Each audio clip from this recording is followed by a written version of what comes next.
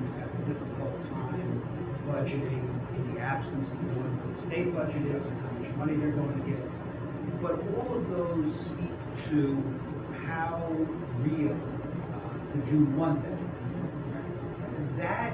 is. That's one issue, but it's a separate issue as to whether or not it's a good idea or a bad idea, regardless of whether there's compliance with the June 1 deadline for the operating budget and the CIP to be adopted concurrently. I'm listening very carefully and really reading and rereading Chuck's letter, and I don't see why they are not apples and oranges.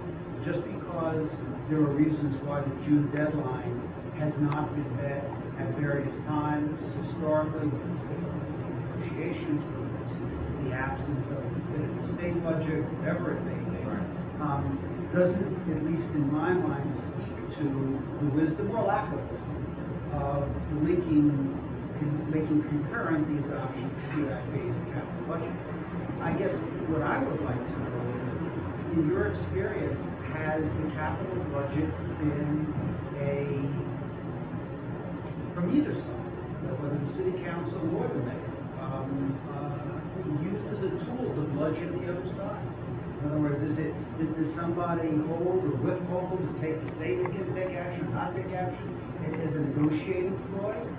Is it used or misused in your experience in that way? And I'm not saying one branch or the other. Absolutely. So if you could explain that, how does that work? How has it worked? Well, I mean, again, you have council members who have to report to a decision, who want their streets paved.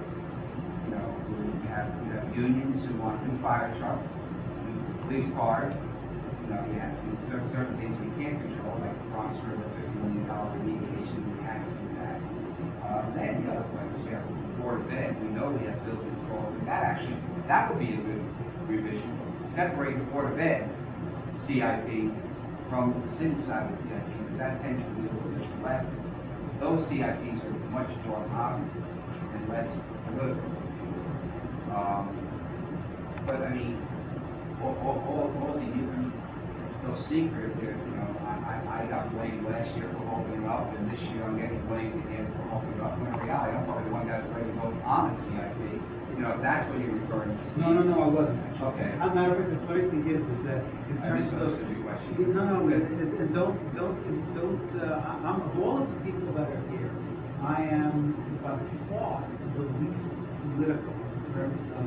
Right. Of all the people out here, I'm by far the most political. Okay, and so mine is really coming to you from the structure of government. I appreciate that, but and you mentioned structure, you mentioned discipline. I mean, this is democracy doesn't always work that way. This is not the boardroom of race. This is not IBM. It's simply everybody says run government like a business. That's very difficult to do.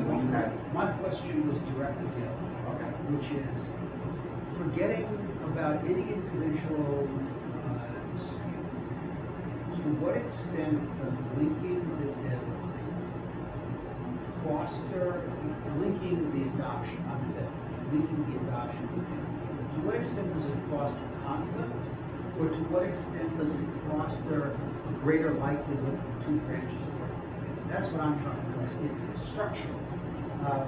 We can come up with all sorts of examples politically as to why within the last 2 years, 5 years, 10 years, 20 years, the budget was adopted this way or that way. What I'm trying to ascertain is in your judgment, is there something about this idea that either improves the structure so that it makes it more likely that the government branches will work together, or does it do the opposite? Does it worsen, does it cause a harm to the structure to make it less likely that the branches will work together?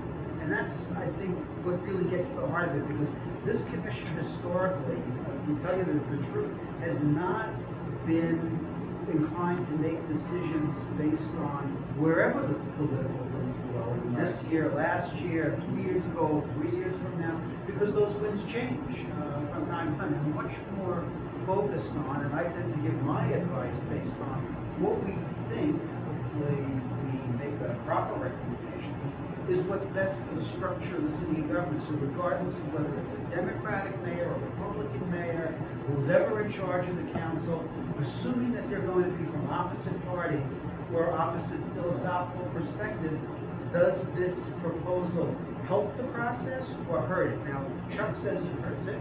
I believe you believe it hurts it. But what I'm hearing is not that it hurts it, and you may have a reason, but I haven't heard the reason yet structurally, why it is that it makes the process worse, as opposed to telling me what the politics have been in the last few years. I think as an elected official, what I've learned and understood more is only the legislative branch has the power to raise taxes. You know, that's real important. So it's important to the people who pay those taxes. That's real important. So I think there's always going to be a tension between the executive and legislative branch, and I think there should be.